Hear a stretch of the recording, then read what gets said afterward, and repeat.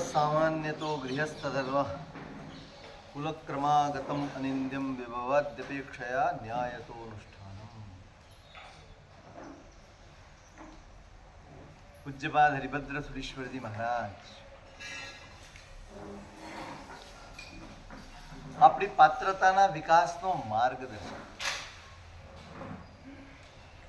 સંસારમાં દુઃખ એટલે નથી કે પુણ્ય ઓછું છે. લોકો દુઃખી એટલે નથી કે પુણ્ય ઓછું છે. દુઃખ એટલા માટે છે કે પાત્રતા વગર મળી જાય ને તો પણ માણસ દુઃખી થઈ જાય. ભોગવતા ન આવડે, સમજતા ન આવડે, વાપરતા ન આવડે, જીવતા ન આવડે. દરેક જગ્યાએ પાત્રતાનો ખપ છે. નાનામાં નાનું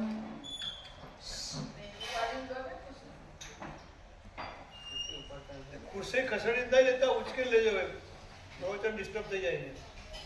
તમે ગમે તેટલું કહો ને, એમને બહિરા કહેવાય. પ્રાકૃતમાં બહિરા એટલે બેરા, જે સાંભળે જ નહીં ને સાંભળે તો સમજે જ નહીં.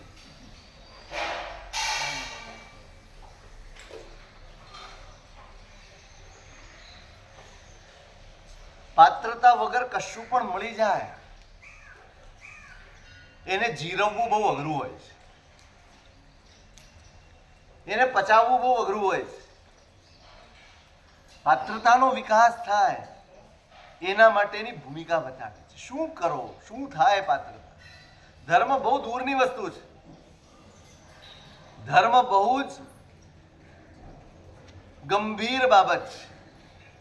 ગમે તેના હાથમાં ન સોંપી દેવાય, ગમે તેનું આચરણ ન કરી શકે. બહુ જ ગંભીર બાબત છે ધર્મ. પણ ધર્મ સુધી પહોંચવાની ભૂમિકા શું? મેં પહેલા કહ્યું હતું, વ્યવહાર જેનો શુદ્ધ નથી એને ધર્મનો અધિકાર. વ્યવહાર જેનો નિર્મળ નથી એને ધર્મ કરવાનો જ અધિકાર. પહેલા વ્યવહારને શુદ્ધ કરો, પેલા વ્યવહારને નિર્મળ કરો. તમે અરસપરસ જ કશું પામી શકતા નથી. તમારું જીવન જ નિર્મળ નથી. ત્યાં આત્માની વાત ક્યાં કરવાની? ત્યાં આત્મશુદ્ધિની વાત કઈ રીતે કરી શકાય?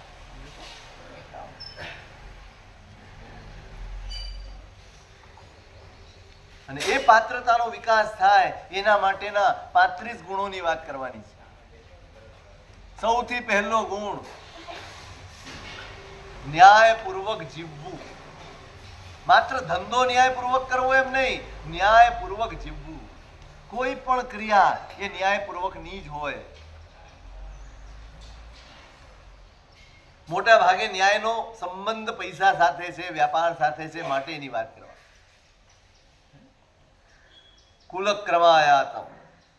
પોતાની પરંપરા ઉજળી હોય, પોતાના પૂર્વજો ઉજળા છે, પોતાના પૂર્વજો ખાનદાન છે, અને એમની પરંપરામાં જે વ્યાપાર આપણને મળ્યો હોય એ વ્યાપારમાં તમે લાગી જાઓ. પૈસા ક્યાંથી મળે છે એ મહત્વનું નથી. તમારી ખાનદાની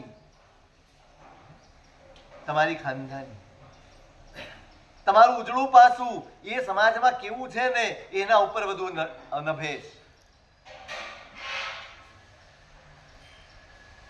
એટલે પહેલી વાત કરી, કુળક્રમથી આવેલો હોય એ વ્યાપારમાં જોડાય. પહેલા આપણે ત્યાં વ્યાપાર મુખ્ય. હવે શેઠ થવા સર્જાયેલા આપણે બધા જ હવે નોકર થઈ ગયા. પગાર ગમે તેટલો હોય, નોકરે નોકર જ છે. તમે 5 લાખ મહિને પગાર આપતા હોય ને તો તમારી પાસે 50 લાખનું કસ કાઢતા હોય. કંપનીને તમે 50 લાખનો ફાયદો કરાવો તો તમને 5 લાખ એમાંથી આપતી હોય. ખાલી જવાના પૈસા નથી મળતા, તમને નીચોવી દેવામાં. વ્યાપાર હતો ને ત્યારે માણસ સ્વતંત્ર હતો, ધર્મ કરવા માટે સ્વતંત્ર હતો, પોતાના જીવનને ગોઠવવા માટે બધી જ રીતે સ્વતંત્ર હતો. એ પોતાના ટાઈમે, પોતાની રીતે બધું જ કરી શકતો. પણ હવે પરાધીનતા. સાહેબ 9 વાગે તો પહોંચી જ જવું પડે. પેલો અંગૂઠો મારવાનો આવે, નોંધાય પેલા તો ગપલું ચાલતું હતું, પણ હવે આ બધું મીડિયા એવું આવી ગયું છે, એક એક ગપલું ચાલે નહીં, એક એક સેકન્ડની નોંધ લેવાય કે તમે ક્યારે આવ્યા, ક્યારે ગયા, શું કર્યું, શું નથી કર્યું, બધાની જ નોંધ લેવાય. પરાધીનતા આવી ગઈ, તમારી સ્વતંત્રતા છીનવા ગઈ. કદાચ તમારી પાસે સંપત્તિ વધી છે, પણ તમે સ્વતંત્ર નથી રહ્યા. તમારી પાસે સંપત્તિ વધી છે, સાધનો વધ્યા છે, પણ એને ભોગવવા માટેનો તમારી પાસે કોઈ સમય નથી. સાચું કહેજો, ઘરમાં જેટલી સામગ્રી વસાવી છે, જ્યારે લાવ્યા હશો કેટલાય હોશથી લાવ્યા હશો, કેટલા ઉલ્લાસથી લાવ્યા હશો, પછી કેટલી વાર ભોગવ્યું?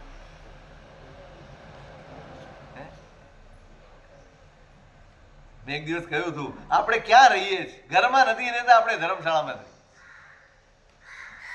સવારનું નીકળી જાય કે રાત સુધી એના ઠેકાણા ન પડે, આવે ત્યારે એવો થઈ ગયો હોય અધમુઓ, ખાય પીએ ને પડે પથારીમાં, એટલે સવારે ઉઠીને પાછો રવાના. જે હોશથી ઘર સજાવ્યું હોય, ઊભા રહીને ઇન્ટિરિયર ડેકોરેશન કરાવ્યું હોય, અહીંયા આમ જોઈએ, અહીંયા એને જોવાનો ટાઈમ ન મળે. એને જોવાનો, માણવાનો કોણ જુએ? બહારથી આવેલો એને બતાડે, હરખે મારા ઘરમાં આ છે. આ સ્થિતિ થઈ ગઈ આપણી. તમે મેળવો ઘણું, તમે ભેગું ઘણું કરો, પણ ભોગવી જ ના શકો, એનો આનંદ ના માણી શકો. રજા મળે તો બહાર જવાય, રજા મળે તો ક્યાં? તમે સ્વતંત્ર જ નથી કે ભાઈ આજે તમને ઈચ્છા થઈ ગઈ, આજે ક્યાંય જવું નથી, એક દિવસ માત્ર પરિવારની સાથે ગાળવો છે, આનંદથી રહેવું છે, કોઈએ ક્યાંય જવાનું નથી, બધો જ પરિવાર ઘરમાં રહેશે. આખા વર્ષમાં બને કેટલી વાર બને આવું? પ્રસંગની વાત નથી કરતો, એમને એમ તમારી ઈચ્છાથી તમે ઘરે રહ્યા હો. બને ક્યારે? પેલા વેપાર કરતા. હવે આમાં નીતિ અનીતિ તમારે તો જોવાની જ નથી. તમને જે પગાર આપ્યો તમારે લઈને રવાના થઈ જવાનું. પેલો ગમે તે ગપલા કરતો હોય, ગમે તે અનીતિ કરતો હોય, તમારે કાંઈ જોવાનું. એ કે આમ કરવાનું, તમને ખબર હોય કે આ કરવું ખોટું છે, છતાંય તમે નોકરી સ્વીકારી છે, એટલે તમારે ખોટું કરવું. તમને ખબર હોય કે આ બરાબર નથી, આ કરવું ન્યાય વાળું નથી, અને છતાંય તમારે કરવું પડે. કેમ? તમારી સ્વતંત્રતા તમે આપી દીધી હોય. ન્યાય સંપન્ન એટલે કે છે કુળ ક્રમથી આવેલો વેપાર કરો. બીજું અનિંદ્ય, નિંદનીય ન હોય, સજ્જનોને માટે જે છોડવા યોગ્ય ન હોય, જેની નિંદા ન થતી હોય, એવો વેપાર કરવા.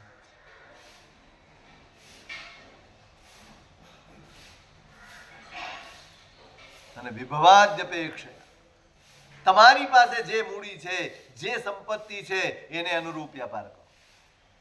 એનાથી આગળ આપણે ગુજરાતીમાં કહેવત છે, પછેડી હોય એટલા જ પગ લાંબા કરવા. એનાથી વધારે પગ લાંબા કરવા ગયા ને એ કોરોનામાં બધા ડૂબી મર્યા. જો કોરોના આવ્યો, એક સાથે વેપાર ધંધા આ તે બધું જ બંધ થઈ ગયું તમારું. અને પછી જે ક્રાઇસિસ શરૂ થઈ, પછી જે સંઘર્ષ શરૂ થયો, શેનો સંઘર્ષ? બહુ વિવેકપૂર્વક વિચારજો.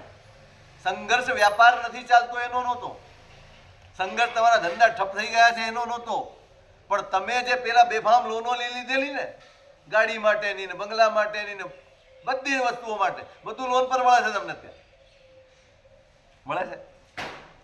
એ હપ્તા ભરવામાં લોકો મરી ગયા. એ હપ્તા ખાવા પીવાનું તો મળી જ રહેતું હતું. પોતાના વેપારમાંથી ખાવા પીવાનું ને ઘરના ભરણ પોષણ પૂરતું તો મળી જ રહેતું હતું. તકલીફ ક્યાં પડી? તકલીફ ક્યાં પડી? હપ્તા ભરવામાં તકલીફ. મોટા ભાગે તકલીફ આ જ પડી છે.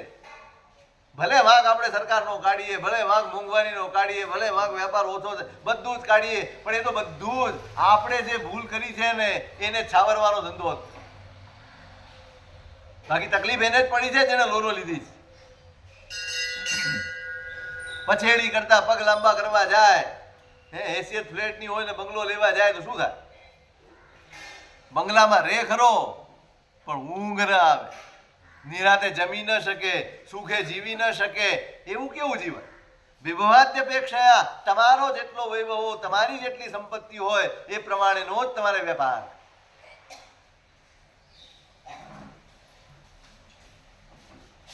ન્યાયતો અનુષ્ઠાન. એમાં પણ નીતિને ઓળંગવાની નથી, ન્યાયને ઓળંગવાનું નથી, વફાદાર રહેવાનું. ન્યાયતો ઉપાત્તમ હિ વિત્તમ ઉભય લોક હિતાય. ન્યાયથી મેળવેલી સંપત્તિ હશે તો જ આ ભવમાં પણ અને ભવાંતરમાં પણ સુખનું કારણ બનશે. ઘણા જીવો આજે સંપત્તિ હોવા છતાં સુખ અનુભવી શકતા નથી, સુખે જીવી શકતા નથી, શાંતિપૂર્વક રહી શકતા નથી. એનું કારણ શું છે? જો સંપત્તિ સુખનું કારણ હોત તો જેટલાની પાસે સંપત્તિ છે, જેટલાની પાસે ધન છે, એ બધા જ સુખી હોત. એવું છે?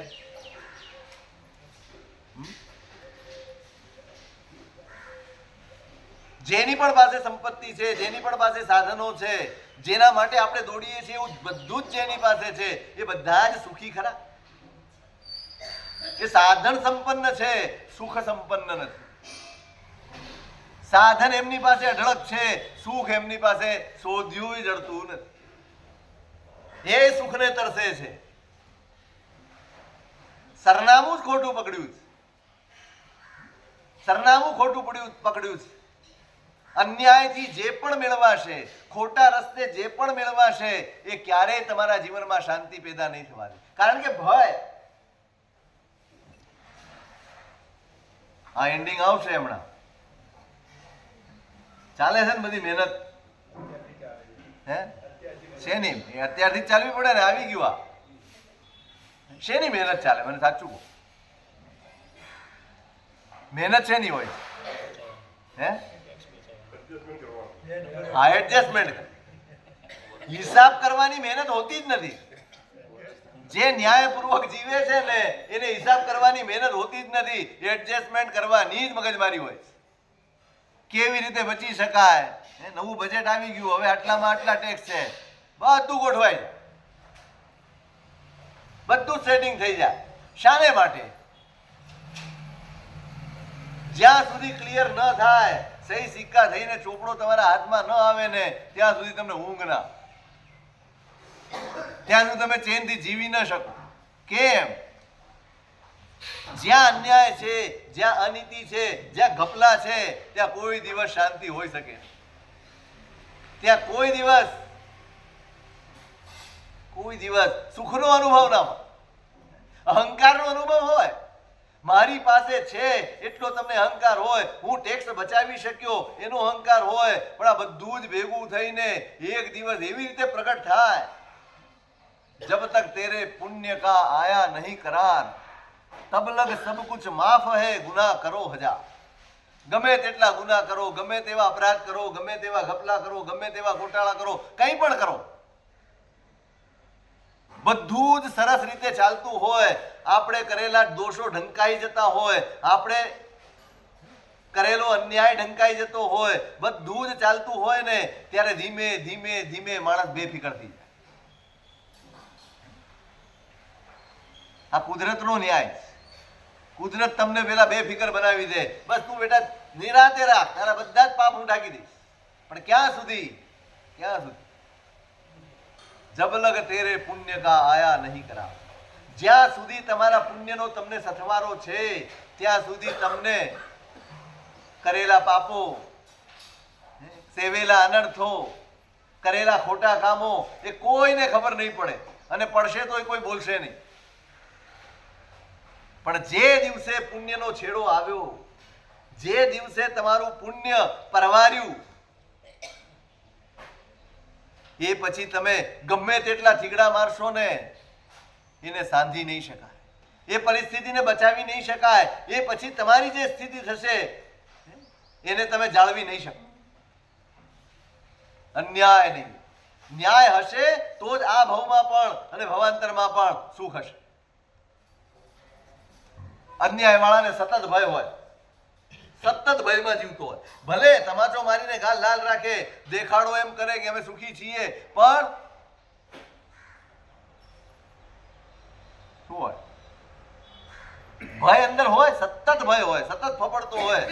ઘરમાં આવી નહીં જાય ને ચોપડા ક્યાં રાખવા, ચોપડા કેટલા રાખવા, કેવી રીતે રાખવા, કોમ્પ્યુટરમાં પાસવર્ડ એવી રીતે રાખે કે કોઈ ખોલી ન શકે. કારણ કે આ લોકો તો કાંઈ ફોન કરીને તો આવતા નથી, અને આવ્યા પછી તમને ફોન કરવા દેતા નથી. ફોન કરીને આવતા નથી ને આવ્યા પછી તમારા ફોન બધું લઈ લે. બસ હવે બેસો. કેટલો ફફડાટ હોય. એ બહાર નીકળે નહીં ત્યાં સુધી કેવું હોય? મજા આવે, આનંદ આવે.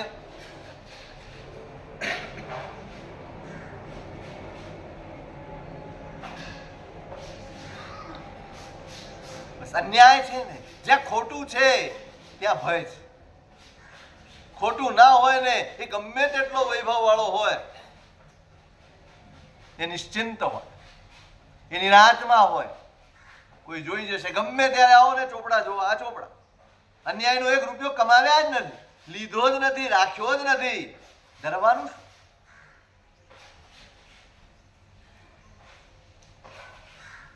સુખ જોઈએ છે,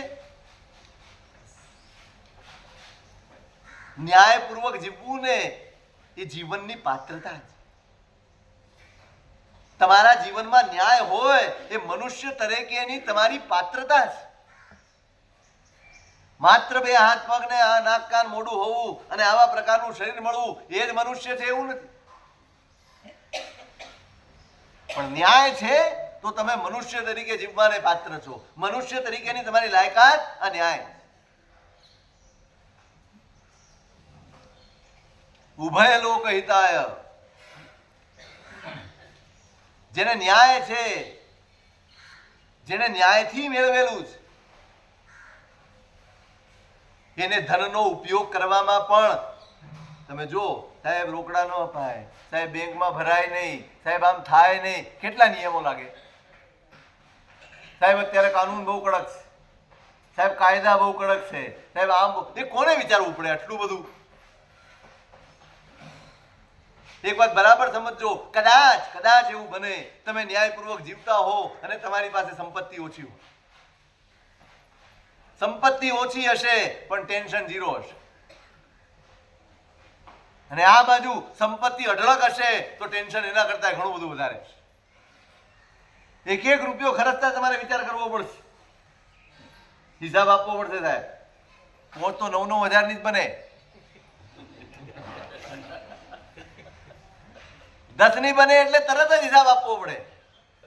50 એક સાથે બેંકમાં ન નખાય, 49 નખાય.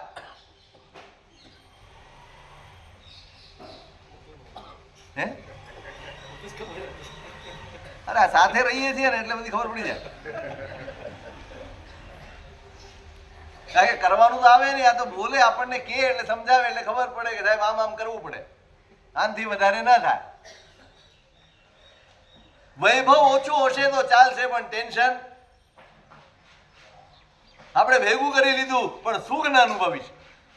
અહિતા એ અન્યત.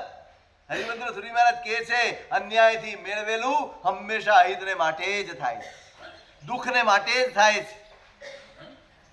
કદાચ માની લો, બહુ સરસ વાત કરી, માની લો કદાચ તમારા પુણ્યનો સથવારો છે અને તમે અન્યાયના રસ્તે ચાલો છો, તમને વૈભવ મળ્યા જ કરે છે, કોઈ તમને નડતર નથી, કોઈ જ નડતર નથી, ક્યાંય તમને વિઘ્ન નથી આવતું, ક્યાંય તમને બાધા નથી આવતી અને તમારું નભી જાય છે, કદાચ આખી જિંદગી નભી જાય છે. પણ છતાંય મત્સ્યાદિ ગલાદિવદ વિપાક દારુણત્વા. કદાચ આ ભાવમાં તો તમે એ પાપને ઢાંકીને તમારા વૈભવને ભોગવી શકશો પણ ભવાંતરમાં એના પરિણામ બહુ દારૂણ હશે. ભવાંતરમાં એના ફળ બહુ મોંઘા હશે, એ અનુભવવા બહુ અઘરા હશે. સજ્જન તે, સાધુજન તે, ધર્મી તે જે પોતાની આવતીકાળની ચિંતા કરીને આજનું જીવન જીવે. જેને આવતીકાલની ચિંતા ન હોય. ધર્મનું નામ જ આ છે, આવતીકાલની ચિંતા, એનું નામ ધર્મ છે. આવતીકાલના હિતની ચિંતા એનું નામ ધર્મ છે, આવતીકાલના સુખની ચિંતા એનું નામ ધર્મ છે. કદાચ આજ મળી જશે, પેલા શેઠની વાત આવે છે ને ખાસ,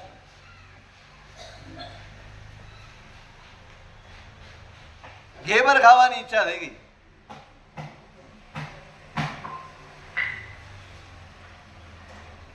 પણ બનાવવા માટે જે સામગ્રી જોઈએ ને એના માટેના પૈસા કેમ કરવા? પોતાની જે ખિસ્સાનું ન ખર્ચવું પડે ને એવું કંઈક કરવું. આ લોન કેમ લેવાય છે? સાચું કહો, લોન કેમ લો છો? તમારા ખિસ્સાનું ખર્ચવું ન પડે એટલા માટે તમે લોન લો. વ્યાજ ભરતા જઈશું, આપણી લોને છૂટી થઈ જશે અને ઘરનું ઘર થઈ જશે, ગાડી ઘરની થઈ જશે. પેલા ને એમ થયું આજે ઘેવર બનાવરાવું જ, સામગ્રી લેવાની જ. એક માજી આવ્યા છે ગામડાના. કેવું હોય માજીને બિચારાને? ગામડાના માજી હોય, અક્ષરે ભણેલા ન હોય, જે રીતે તમે હિસાબ કરાવો એ રીતે હિસાબ કરી નાખે. માજીને છેતરીને 1 રૂપિયો કમાઈ. કેટલો? ઘેબરની બધી જ સામગ્રી ભેગી કરી અને ઘરે કેવડાવી દીધી. આજે પીઝાનો જમાનો તો પીઝા કે એ જમાનામાં આ બધું નહોતું તો ઘેબરનો ઓર્ડર આપ્યો કે ભાઈ આજે ઘેબર બનાવ. હું જરા મોડો આવીશ. કેમ? ભૂખ બી લાગવી જોઈએ ને વ્યવસ્થિત. ભાઈ દુકાને બેઠા છે, પેલા માજીને કઈ ખબર પડી નથી, છેતરી અને 1 રૂપિયો કમાઈ લીધો. માજી તો પોતાનો સામાન લઈને ચાલ્યા ગયા. આ બધું સામાન મોકલીને મનમાં હરખાય આજે ઘેબર ખાવા પડે. બહુ ટાઈમ થઈ ગયો, ઘણા વખતથી મન હતું કે આ ખાઈ લેવું, બહુ મન થતું હતું, પણ ક્યાંય જોગ થતો નહોતો, કાંઈ મેળ પડતો નહોતો. આજે મેળ પડી ગયો, બહુ રાજી થાય. મનમાં કંઈક સપના જુએ છે. આજે બીજું કાંઈ ખાવું નથી, ભાણામાં એકલું ઘેબર જોઈએ, રોટલી ને શાક ને ખાઈ ખાઈને કંટાળી. તમે કંટાળી જાઓ, તમે તો વારે તહેવારે કંટાળી જાઓ, દરરોજ 1 વાર તો કંટાળી જ જાઓ. થાય ને? ઓર્ડર કરો કે અહીં બેઠા છે એમાંથી કેટલા ઘર બાકાત છે કે જ્યાં સ્વિગી, ઝોમેટો, ટોમેટો શું જે બી હોય એને ઓર્ડર ન થતા હોય એવા કેટલા ઘર છે અહીંયા? હવે છે ને એવા ઘરનું સર્વે કરવો જોઈએ. અને જ્યાં આ બધી કંપનીઓમાંથી કોઈ પણ વસ્તુ ઘરમાં ન આવતી હોય ત્યાં જ અમારે ઓરવા જવાનું, એવો નિયમ કરવો જોઈએ. હે?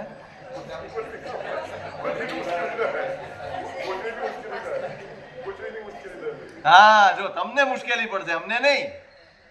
એમ નથી કહેતો સાહેબ અમે તૈયાર છે, એમ કોઈ નથી બોલતું. તમને તકલીફ પડશે, હા તમે જ વિચારી લેજો, અમને કઈ વાંધો નથી. પધારો. ચાલો, એક ભાગ્યશાળી તો નીકળ્યા. ઘરની બહાર અષ્ટમંગલ લગાડો છો ને એમ લગાડવું પડશે. સ્ટીકર બનાવીને લગાડવા પડશે. અહીંયા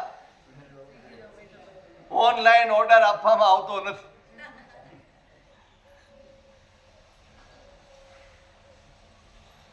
પેલો માળે છે આ આવશે, આમ ખાઈશું, તેમ ખાઈશું. આજે બીજું કાંઈ ખાવું નથી, રોજ રોજ ખાઈને કંટાળી ગયા છે. આજે વળી અડધો કલાક વધી દુકાનમાં બેઠા, થોડી વધુ ભૂખ લાગે તો વ્યવસ્થિત વપરાય. હરખાતા હરખાતા ઘરે પહોંચ્યા છે શેઠ, હાથ પગ ધોઈ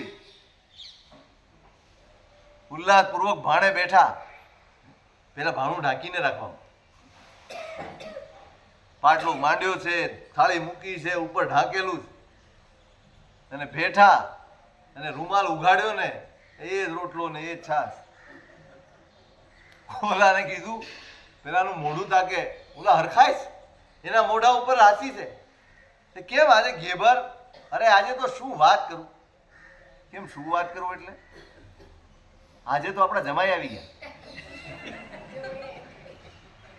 ઘણા વખતથી મન હતું, આજની જેમ તો હોય નહીં ગમે ત્યારે હલ્યા આવે. પેલા મર્યાદા હોતી, ગમે ત્યારે ચાલ્યા ન આવે. હવે તો હાલતા ચાલતા ગમે ત્યારે ટપકો કરતા જાય.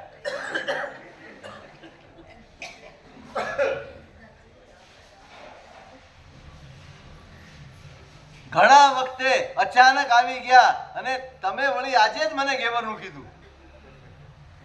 આમ તો કોઈ દિવસ આપણા ઘરમાં ગળ્યું બને નહીં, મીઠાઈ હોય નહીં. કોઈ પણ અચાનક આવી જાય તો આપણે શું ખવડાવવું ને એના માટે ટેન્શન થાય. એ પછી રોજ લોટના શીરા કરીને ખવડાવવા પડે. આજે તમે વળી ઘેવરનું કીધું એટલે મને એટલો બધો આનંદ આવ્યો, બધો ઘેવર જમીને ખવડાવી.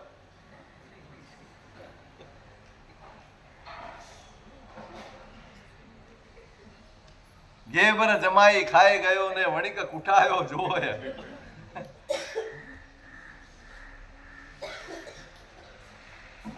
અને શેઠના હૈયામાં પારાવાર પશ્ચાતાપ છે. જમી તો લીધું છે, ખાઈ તો લીધું, પેટ તો ભરવાનું જ છે, કશું જ બોલ્યા નથી. શું કરે હવે? જમાઈને માટે તો કઈ કકલાટ કરાય નહીં. તે આપી કેમ દીધું એમે કહેવાય નહીં. એ તો દીકરી પાછી આવે.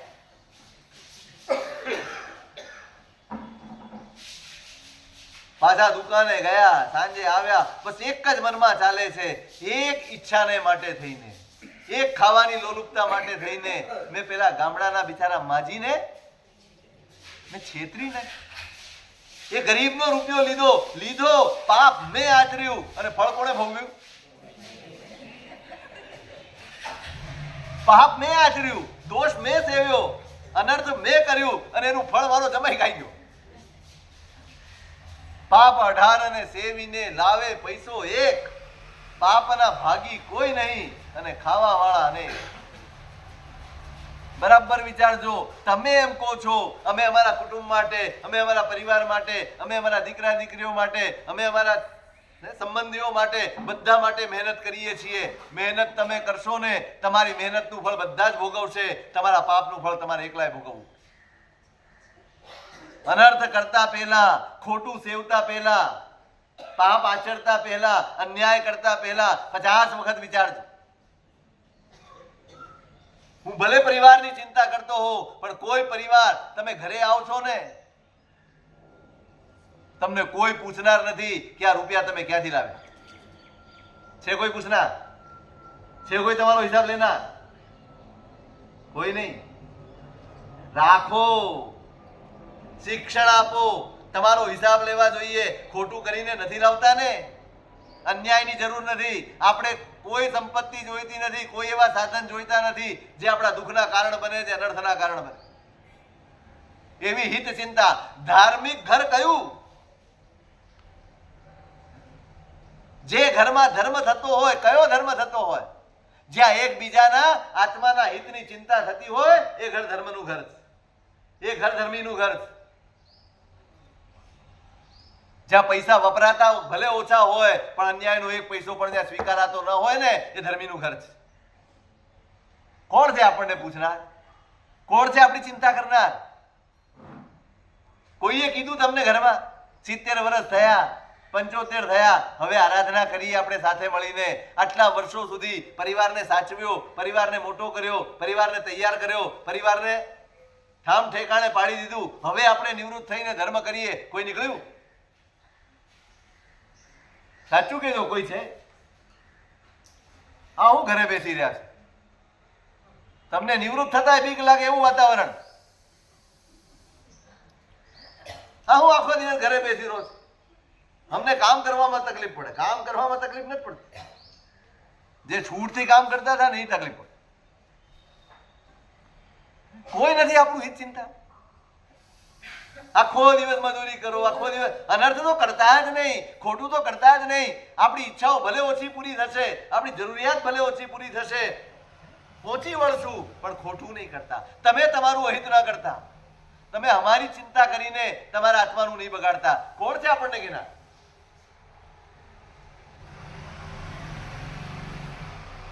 ભાવ 18 અને સેવીને લાવે પૈસો એક.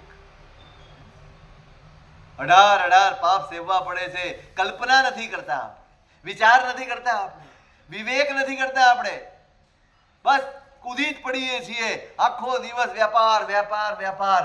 ક્યાંય કોઈ ધર્મની સંજ્ઞા નહીં, કોઈ હિતની સંજ્ઞા નહીં, કોઈ ભવાંતરની ચિંતા નહીં, કશું જ નહીં. સાહેબ, બધું જ કરવું પડે. આમ બોલીએ ને ત્યારે હૈયામાં કોઈ વેદના ન, કોઈ પીડા ન હોય. કોઈ ચિંતા ન હોય આપણે.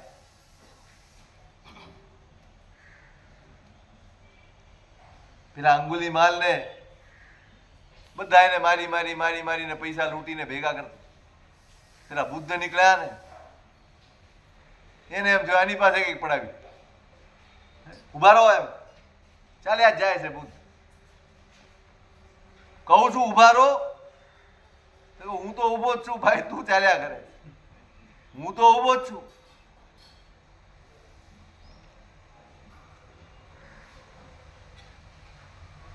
એને પૂછ્યું છે બુદ્ધે, ભાઈ આ રસ્તે કેમ ચાલે? બીજું કશું આવડતું નથી? બીજું કઈ શીખી લે. આ રસ્તો અનર્થનો છે. કોના માટે આ બધું કરે? મારા પરિવાર માટે. મારું કુટુંબ છે, પરિવાર છે, એનું ભરણ પોષણ કરવા માટે.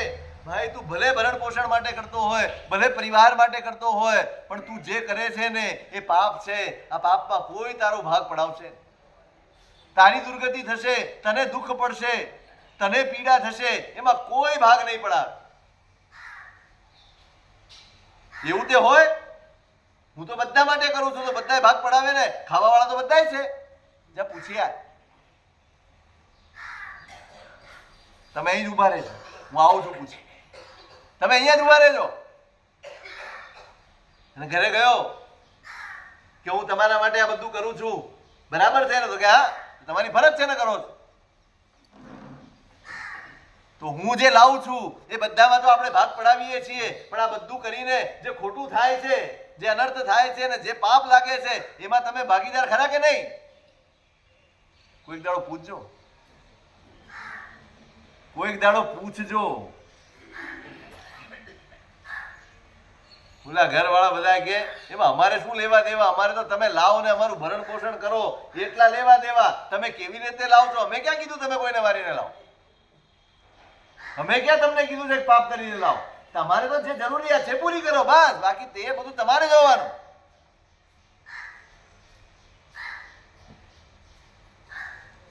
નીકળી ગયો, જોઈ લીધું. સ્વાર્થનો જ સંસાર છે ભાઈ. સૌને પોતાનાથી મતલબ છે. નમી રાજર્ષિ નીકળ્યા ને, નવી રાજર્ષિએ સંયમ લીધો. ઇન્દ્ર મહારાજા પરીક્ષા કરવા આવ્યા. પ્રત્યેક બુદ્ધ છે, પરીક્ષા કરવા આવ્યા છે. અદ્ભુત અધ્યયન છે ઉત્તરાધ્યયનમાં. જે સંવાદ છે ઇન્દ્રનો ને નમી રાજર્ષિનો, વાંચવા જેવો સંવાદ છે, વિચારવા જેવો સંવાદ. એમાં એક સવાલ પૂછ્યો છે એમણે. પ્રતિકાત્મક સવાલો છે, પ્રતિકાત્મક જવાબો છે. એક મોટું ઝાડ પડી ગયું છે. ઇન્દ્ર મહારાજા પૂછે છે, એક મોટું ઝાડ પડી ગયું છે. બધા જ પંખીઓ કકળાટ કરે છે, બધા જ રડે છે, ચિચિયારીઓ પાડે છે. એ લોકોના માટે કંઈક વ્યવસ્થા થાય એ પછી તમારે નીકળવું જોઈએ. કહેવાનો અર્થ એટલો જ હતો કે આ રાજ્ય છે તમારું છે અને તમે નીકળી જાઓ તો આ બધા જ નિરાધાર થઈ જાય છે. એમની વ્યવસ્થા કરીને તમે નીકળો. નવી રાજર્ષિએ જવાબ આપ્યો કે રાજન, અરે ભૂદેવ બ્રાહ્મણના રૂપમાં આવ્યા છે, એમને ખબર નથી ઇન્દ્ર.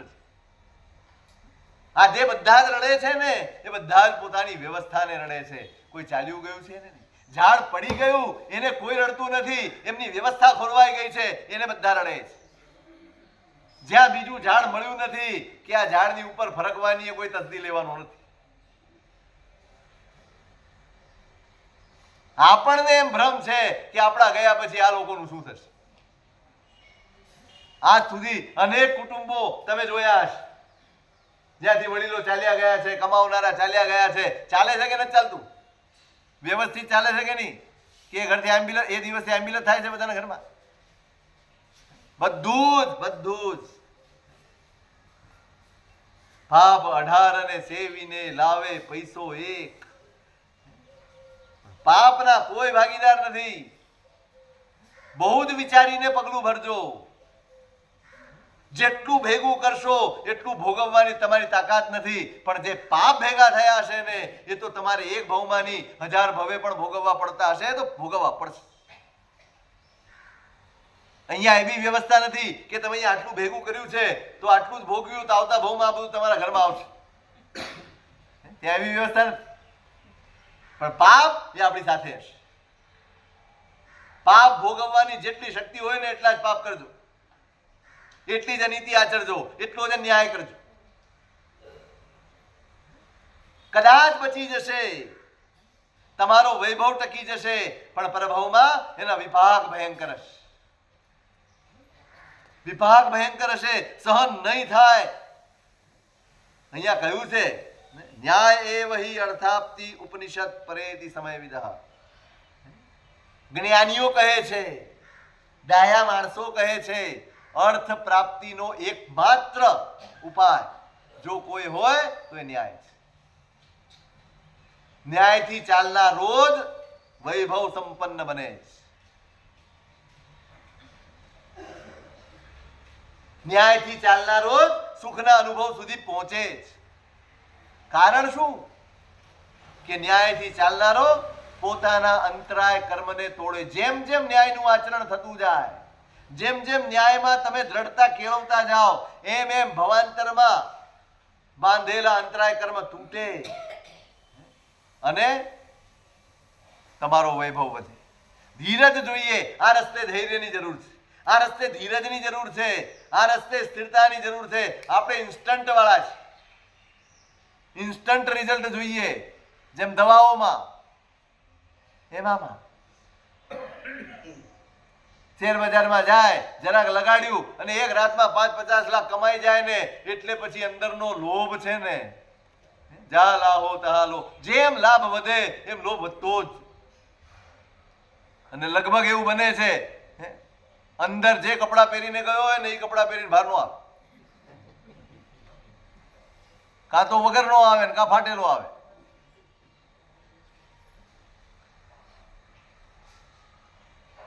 આપણે ઇન્સ્ટન્ટ વાળા છીએ. ન્યાયના રસ્તે વિલંબ ચોક્કસ છે પણ કાયમી. જે પુણ્ય આવશે, જે વૈભવ આવશે એને ઉની આંચ ન આવે. આ બધા જ દાખલા જે આવે છે ને ધન્નાજીના ને બધા જ એ ન્યાય સંપન્ન વૈભવના હતા. જ્યાં ગયા ત્યાં સંપત્તિ એમનો પડછાયો બનીને ચાલી છે. વૈભવ એમની સાથે ને સાથે જ રહ્યો. ભવાંતરમાં આચરેલા ન્યાયનો આ પ્રતાપ છે. ભવાંતરમાં કસોટીમાંથી પસાર થવું જ પડે.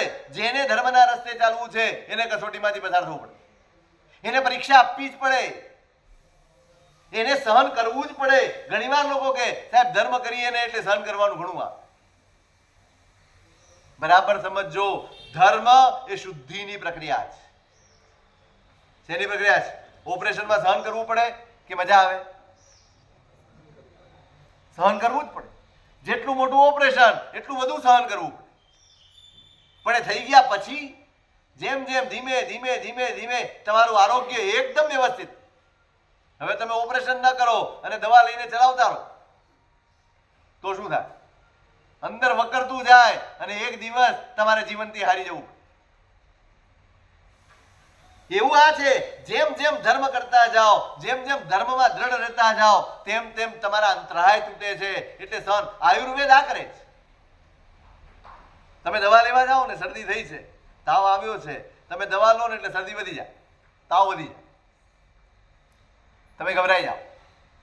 એટલે આ તો દવા લેવાથી ઘટવું જોઈએ ને વધે. કારણ કે આપણી મેન્ટાલિટી એવી છે કે દવા લો એટલે તરત તાવ જવો જ જોઈએ.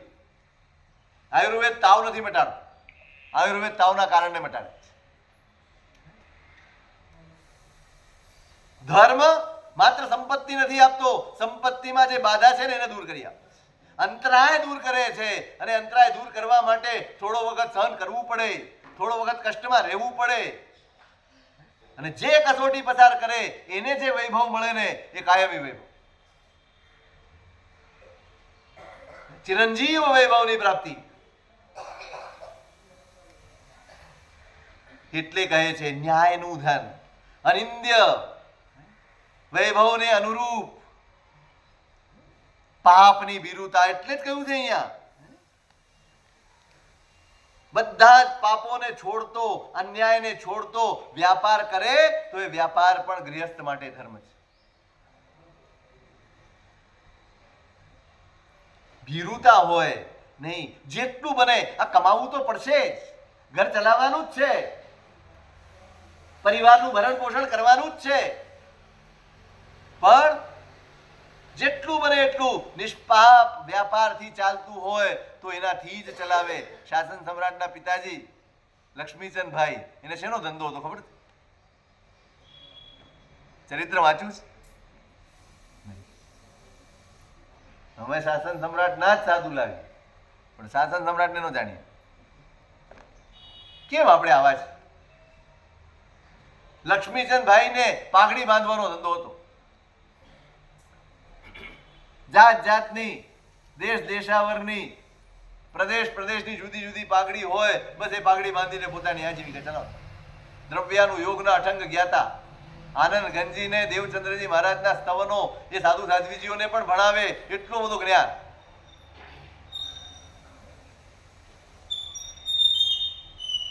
નિષ્પાપ જીવન જીવવાનો સંકલ્પ છે ને, એનાથી મોટો એક પણ ધર્મ નથી. નિષ્પાપ જીવન જીવવાનો સંકલ્પ હોવો જોઈએ. ધર્મ પામ્યા છો તો એનાથી તમારી અંદર કયું સત્વ પેદા થયું? પૈસા ખર્ચવાનું, તપ કરવાનું, ક્રિયા કરવાનું કે પાપ છોડવાનું? કયું સત્વ પેદા? ધર્મ જીવનમાં પ્રવેશે તો કયું સત્વ પેદા થાય? કઈ શક્તિ પેદા થાય?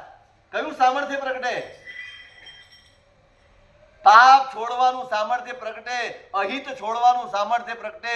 એ ધર્મ પ્રવેશ્યાની નિશાની છે, ધર્મ પામ્યાની નિશાની છે, ધર્મ સમજ્યાની નિશાની. કોઈ પણ ભોગે અહીં છોડે નહીં, છોડતો જ જાય. મહાપ્રજ્ઞજીએ એમના એક શ્રાવકની વાત લખી. સરદારપુર શહેર છે ને રાજસ્થાનમાં કે ક્યાં છે, ત્યાંના એક શ્રાવકની વાત લખી. વૈભવ સંપન્ન, પુણ્યવાન છે, ખૂબ ધાર્મિક છે, ધર્મિષ્ઠ છે, અઢળક સંપત્તિ છે, દેશ વિદેશમાં વેપાર છે. આ જે તે જમાનાની વાત છે જ્યારે શિપથી વેપાર થતા. રોજ પ્રવચન સાંભળવાનું, આરાધના કરવાની, ધર્મ કરવાનો, બધું જ કરવાનું. ધર્મ માર્ગે પૈસા સંપત્તિ બધું જ ખર્ચવાનું, બધું જ કરે. એક દિવસ બેઠા છે અને વિચાર આવે, આટલું બધું પુણ્ય છે, આટલો બધો વેપાર છે, આટલી બધી કમાણી છે, આપણી જરૂરિયાત કેટલી? આપણી આવશ્યકતા કેટલી? આપણે જેટલો વેપાર કરીએ એ બધાથી પાપ તો લાગે જ, દોષ તો લાગે જ, લાગે કે નહીં? પાપ તો બંધાય. તો પછી મારી જરૂરિયાત જો ઓછી હોય તો આટલો બધો વેપાર અને જેમાં દોષ વધારે છે એવા વેપાર કરવાની મારે શી જરૂર? પરદેશથી વેપાર, રોજ જહાજ આવે, એમને વિચાર આવ્યો કે આ દરિયામાં જહાજમાં મારો બધો માલ સામાન આવે, અહીંથી ત્યાં, ત્યાંથી અહીં, કેટલી વિરાધના. પાણીના જીવોની વિરાધના તો ખરી જ, પણ એની સાથે પંચેન્દ્રિય પાણીમાં રહેનારા માછલા વગેરે જીવો, એની પણ એટલી જ વિરાધના, એટલી જ હિંસા. એવા પૈસા, આટલો બધો ધર્મ સમજ્યા પછી, આટલું બધું ગુરુ ભગવંતનું સાંભળ્યા પછી, આટલી બધી ધર્મ ક્રિયાઓ કર્યા પછી આ પાપ પ્રત્યે જાગૃતિ કેમ નથી આવતી? આપણે છોડી શકાય કે ન છોડી શકાય? લાખોનો નહીં, કરોડોનો વેપાર.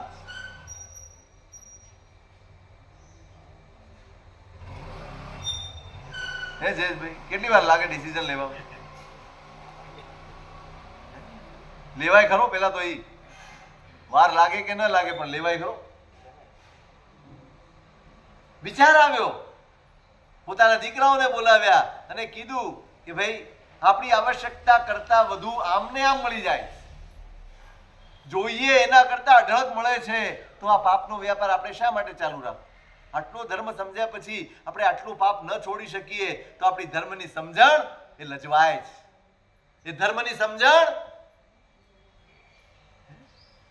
એને કલંક લાગે, એ સમજણ ન કહેવાય. પાપ ન છોડાવે એ ધર્મની સમજણ શા કામ? જે ધર્મની સમજણ પાપથી પાછા ફેરવી દે ને એ જ સાચી સમજણ. મેં હમણાં કહ્યું હતું તમને, આપણે હિતનું કામ નથી કર્યું માટે કલ્યાણ થયું નથી, એવું નથી. અહિત છોડી નથી શક્યા ને માટે આપણે કલ્યાણથી વંચિત છીએ. આપણે આ છોડી શકીએ? અને દીકરાઓ પણ કેવા હશે, 1 મિનિટનો વિલંબ ન કર્યો, આપની ઈચ્છા છે ને નહીં જોઈએ, અને બીજે જ દિવસથી આખો વેપાર વાઇન્ડ અપ કરીને કરોડોનો વેપાર નહીં જોઈએ. આ સંપત્તિ, જે સંપત્તિ પંચેન્દ્રિય જીવોની હિંસા ઉપર અવલંબે છે, અનેક જીવોને દુઃખ અને સંતાપ આપીને મેળવાય છે, એવી કોઈ સંપત્તિ આપણા ઘરમાં ના જોઈએ. કરોડો રૂપિયાનો લાભ લેતા આવીશું તો લાખ રૂપિયાનો લઈશું, જરૂર નથી. અમે છે ને તમારી પાસે રૂપિયા ખર્ચાવી શકીએ છીએ, પણ તમારી પાસે અન્યાય છોડાવી શકતા નથી, તમારી પાસે અનર્થ છોડાવી શકતા નથી. તમે ક્યાંથી પૈસા લાવો છો અમારે કાંઈ લેવા દેવા નથી. મેં કાલે પણ કહ્યું, અમને પણ એ છે ખર્ચે છે ને, અમારે ગુટકા વાળાના પૈસા ચાલે.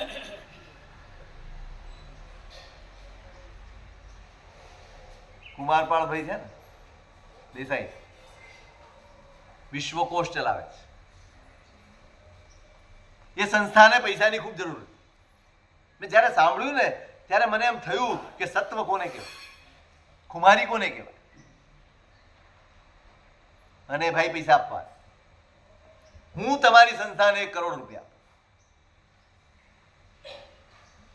આપવા આવે ત્યારે કઈ તપાસ થાય? આપણે એમ કહીએ ને, લક્ષ્મી આવે ત્યારે, લક્ષ્મી ચાંદલો કરવા આવે ત્યારે કોઈ મોઢું જોવા જાય? ધર્મી હોય ને એ 1 રૂપિયાની તપાસ કરે. ડોક્ટર સાહેબ કયું લોહી ચડાવો અમારા શરીરમાં?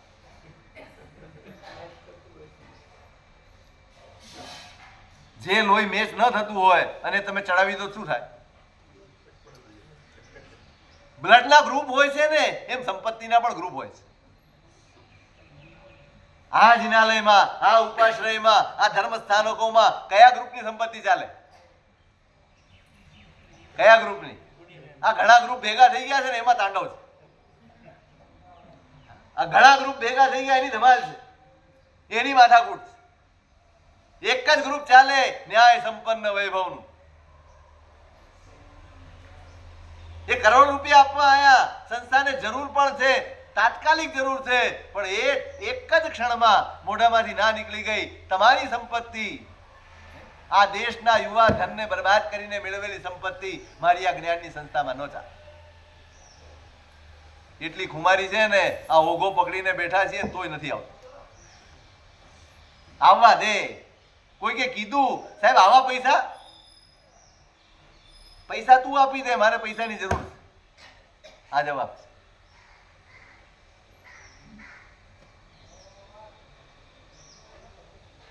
સત્વ પેદા ન થાય ને, ખોટાની ના પાડવાનું સત્વ પેદા ન થાય તો સમજવાનું ધર્મ લજવ્યો છે. આપ ધર્મ લજવ્યો છે. શેના માટે? સત્વ પેદા થવું જોઈએ. નહીં આ રસ્તે પૈસા આવે અને એ પૈસા એના જિનાલય બંધાય, એના ઉપાશ્રય બંધાય. આપણે આશ્વાસન લઈએ, અરે એ બહાને તમે શું કરો છો? તમે એના વ્યાપારને સંમતિ આપો. તમે એટલું કહી શકો છો કે ભાઈ ભલે આજે તે ખર્ચ્યા, પણ આ ધંધો છોડ, આ ધંધો છોડ. એ કહેવાની તાકાત નથી અમારે. એટલે હું કહું છું, પૈસા ખર્ચાવી શકીએ છીએ, પણ અમે તમને અનર્થ છોડાવી શકતા નથી, અન્યાય છોડાવી શકતા નથી, પાપ વ્યાપાર છોડાવી શકતા નથી. પૈસા ખર્ચવા એ મોટો ધર્મ છે કે ખોટા રસ્તે પૈસા ન કમાવા એ મોટો ધર્મ છે? કયો ધર્મ?